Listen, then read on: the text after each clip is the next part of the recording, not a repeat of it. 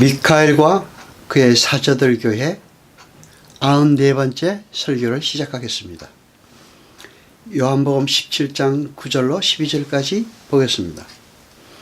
내가 저희를 위하여 비옵나니 내가 비옵는 것은 세상을 위함이 아니요 내게 주신 자들을 위함이니이다.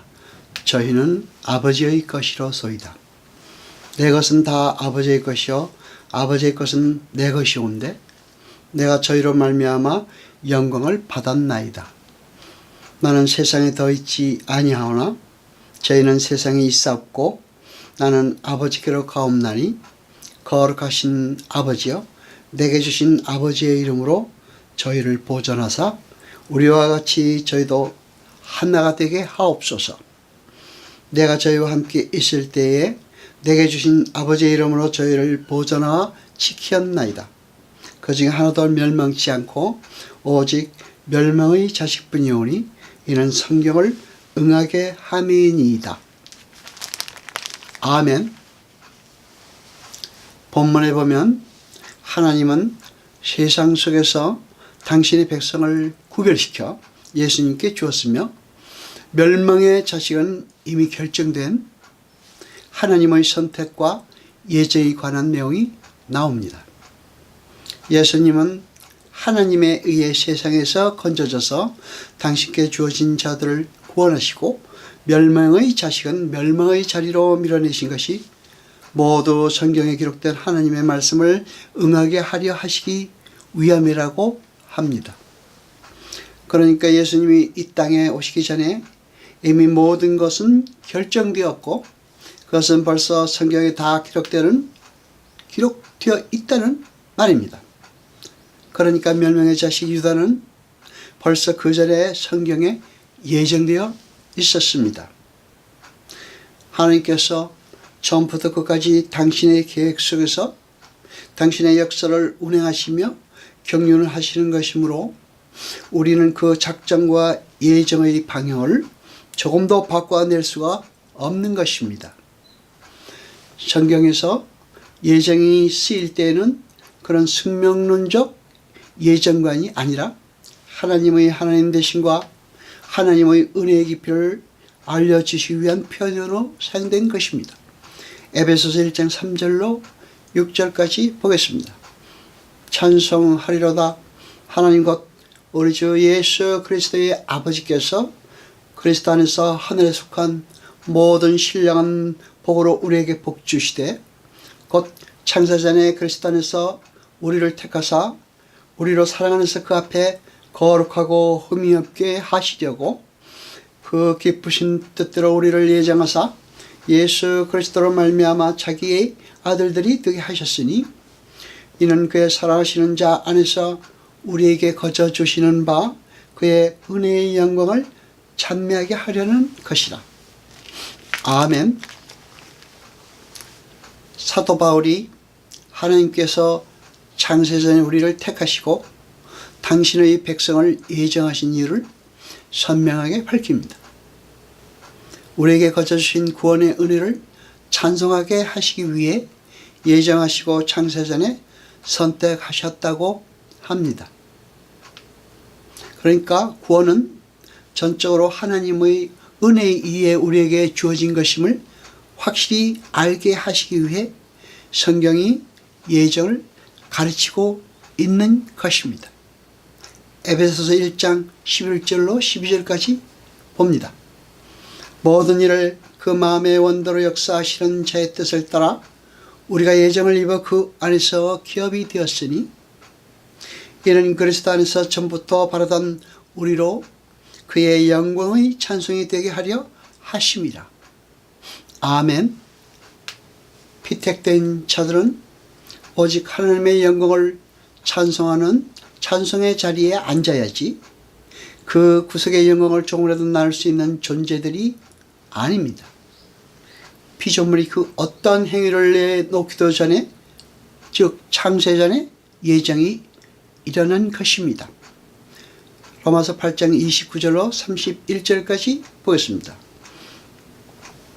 하나님이 미리 아신 자들로 또한 그 아들의 형상을 본받게 하기 위하여 미리 정하셨으니 이는 그로 많은 형제 중에서 맏아들이 되게 하려 하심이니라.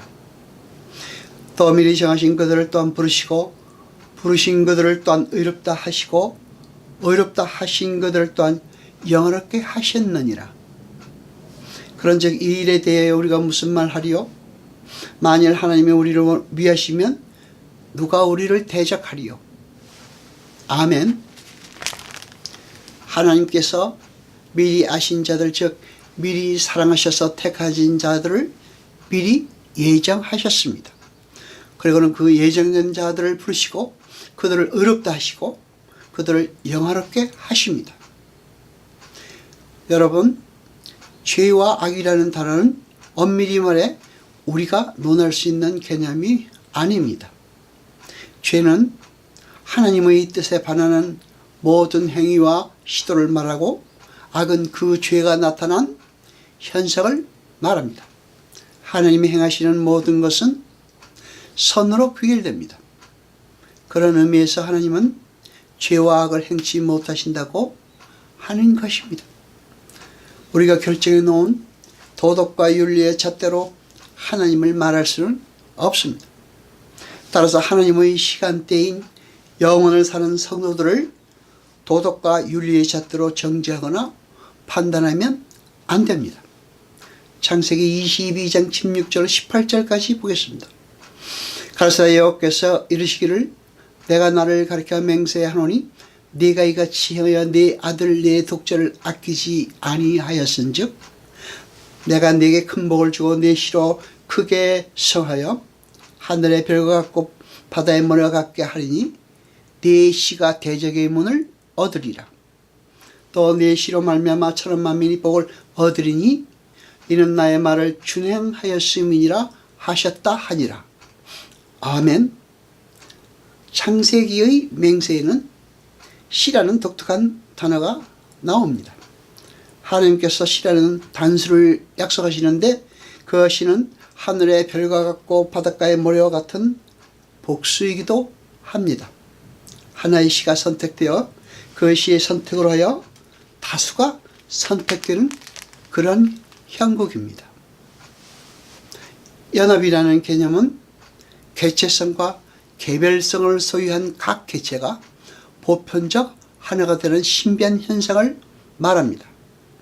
사실 그 연합의 개념은 영원의 개념을 이해하지 못하고는 절대의 시간 속에서 이해가 불가능한 그런 개념입니다. 어떻게 한 존재의 행위와 존재 속으로 시간을 달리하고 있는 많은 존재들이 연합될 수 있습니까? 그것은 영원 속에서만 가능한 것입니다. 시간과 공간이 초월된 영혼 속에서는 각 개체가 개별적 공간을 가질 필요가 없습니다. 아울러 시간과 공간이 초월된 영혼 속에서는 각 개체가 시간선으로 분리되어 있을 필요도 없습니다. 그래서 영혼 속에서는 예수와 예수 속에 들어있는 죽은 흙들이 하나로 연합되어 거대한 하나의 몸을 이루는 것입니다. 사도신경에서 나온 것 같이 유다는 예수님을 배반하는 어떠한 개인인과 동시에 하나님의 은혜를 떠난 하나님처럼 살고 싶어하는 모든 죄인들의 대표입니다. 데살로니가전서 5장 2절을 봅니다. 주의 날이 밤에 도적같이 이를 줄을 너희 자신이 자세히 알미라. 아멘. 주의 날은 심판의 날을 말합니다. 그러니까 창세기 3장 8절에 날이 서늘할 때에는 심판의 날에라는 의미입니다. 그런데 그 앞에 관사가 붙어 있습니다. 그 말은 아담이 선악과를 먹은 바로 그 날이 하나님의 심판의 날이었다는 그런 말입니다. 이렇게 창세기에 이미 요한계시록이 나타나고 있습니다. 그것은 창세기나 요한계시록이나 모두 같은 얘기를 다른 그림으로 그리고 있는 것이라는 증거이기도 합니다. 일반적으로 성경에서 나오는 돈이라는 개념은 포괄적인 내용을 함의하고 있습니다. 돈은 하나님을 떠난 인간들이 하나님 이외에 섬김의 대상으로 삼고 있는 모든 것을 다 포함하고 있는 그런 개념입니다.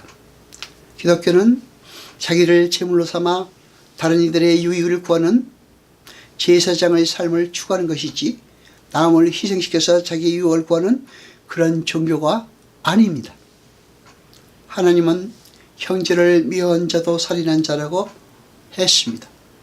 그런데 우리 모든 죄는 나라는 우상을 위해서 짓는 죄이므로 모든 죄는 하나님과 형제를 내 몸같이 사랑하지 못해서 나오는 죄입니다.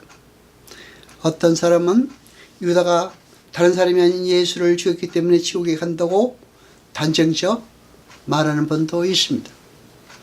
그런데 성경은 모든 인간이 다 합세하여 예수를 죽였다고 합니다. 사도행전을 보면 사도들의 설교가 전부 너희가 죽인 예수로 시작됩니다. 그 너희 안에 바로 우리도 포함되어 있는 것입니다. 악인은 예수를 죽였기에 지옥 가는 것이 아닙니다. 내가 예수를 죽였으므로 나는 지옥에 가도 싸다라는 자기 부인의 실패에서 지옥에 가는 것입니다. 여러분, 성도는 회개한 사람을 말합니다. 회개라는 단어, 메타노이아는 가던 길이 잘못된 길이어서 원래의 길을 향해 방향을 전환하는 것을 말합니다. 마태복음 27장 3절을 봅니다. 때에 예수를 판 유다가 그의 정죄됨을 보고 스스로 뉘우쳐 그 은 30을 대제사장들과 장로들에게 도로 갖다 주며, 그런데 여기에서의 스스로 뉘우쳐는 메타벨로마입니다. 그 단어는 내적인 뉘우침의 정서를 말합니다. 후회하고 있는 것입니다. 회개한 것은 아닙니다. 그래도 그들이 불쌍하다느니 불공평하다느니 말하면 안 되는 것입니다. 멸망의 그릇과 긍휼의 그릇들에 관한 하나님의 예정을 우리는 이해했습니다. 여호와 아버지 하나님, 거룩하신 이여, 세세토록 영광과 찬송 받으소서. 말씀을 들 때 깨닫게 하시고 우리로 진리를 알게 하소서. 이 모든 것 감사드리며 우리 주 예수 그리스도 이름으로 기도드리옵나이다. 아멘.